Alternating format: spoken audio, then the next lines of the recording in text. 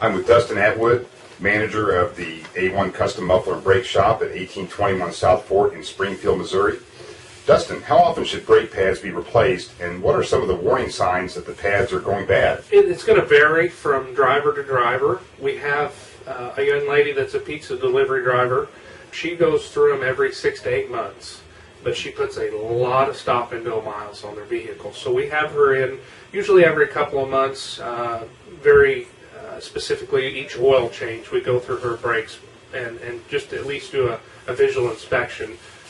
Very critical for her because, you know, the longer she goes, the more costly it is. So we want to keep tabs on her specifically.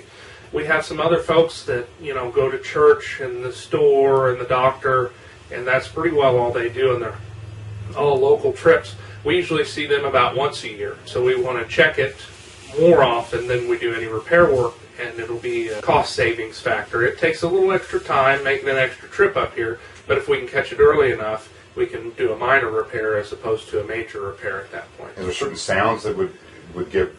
Sounds are going to go along with it. Your older vehicles all had a steel tab off the pad, which was a wear indicator, and as the pad life wore down, you would get a chirping sound out of it. A lot of the later model or even some of the imports aren't equipping their pads anymore with that. So it's a situation that you may not have any warning if you don't get them checked often enough. There may be no signs at all, and then all of a sudden you're out of pad and it's metal to metal and ground out the rotor. That's what I was going to ask again, was if let's say if the pads are not replaced in a timely manner, can it cause problems with other brake components? Absolutely.